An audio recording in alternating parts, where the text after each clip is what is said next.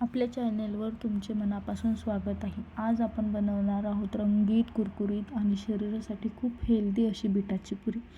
लहान मुलांच्या डब्यासाठी किंवा खास नाश्त्यासाठी एकदम परफेक्ट अशी ही रेसिपी आहे. चला तर मग सुरुवात करूया. सर्वप्रथम काय करायचे, बीट स्वच्छ धुवून घेऊ. बीट धुवून घेतल्यानंतर त्याचे वरचे साल काढून घेऊ. बीटाची पुरी करताना बीट हे फ्रेश असलं पाहिजे. पुरी खाताना तर छान लागते, पण पुरीला टेस्टही काही वेगळीच येते. बीटाचे साल काढून झाले की त्याच्या दोन्ही बाजू कट करून घेऊ आणि बारीक खिसणीच्या साहाय्याने बीटाला खिसून घेऊ.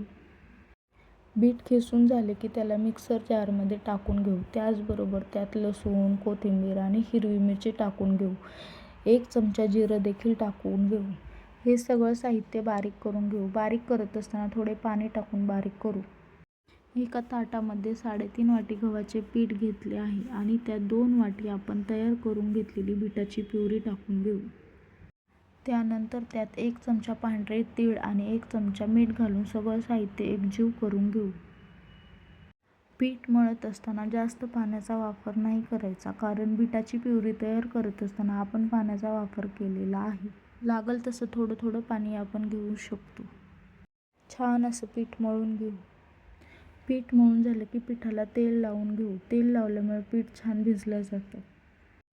तेल लावल्यानंतरही पिठाला एकजीव करून घेऊ आणि 25 ते 30 मिनिटं पिठाला झाकून ठेवून देऊ.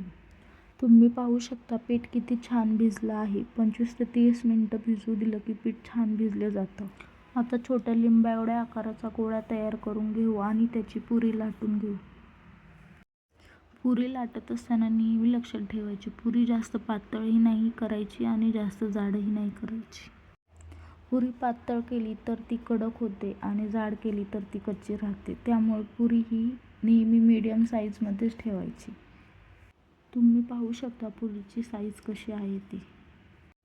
कढई गरम झाली की त्यात तेल ओतून घेऊ. तेल हे नेहमी मंद आचेवरती गरम करायचे, कारण पुरी करपली जात नाही. तेल चांगलं गरम झालं की पुरी हलक्या हाताने तेलात सोडा. तेलामध्ये पुरी टाकली की मीडियम गॅसवरती पुरी तळून घेऊ, म्हणजे पुरी करपत नाही. पुरी फुगली की पुरी उलटवा आणि दोन्ही बाजूंनी छान सोनेरी होईपर्यंत तळून घ्या.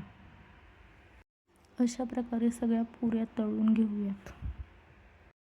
तयार आहे आपली गरमागरम बीटाची पुरी. ही पुरी तुम्ही दही, लोणचे किंवा बटाट्याची भाजी कशात सोबतही खाऊ शकता. करायलाही अगदी सोपी आणि साधी.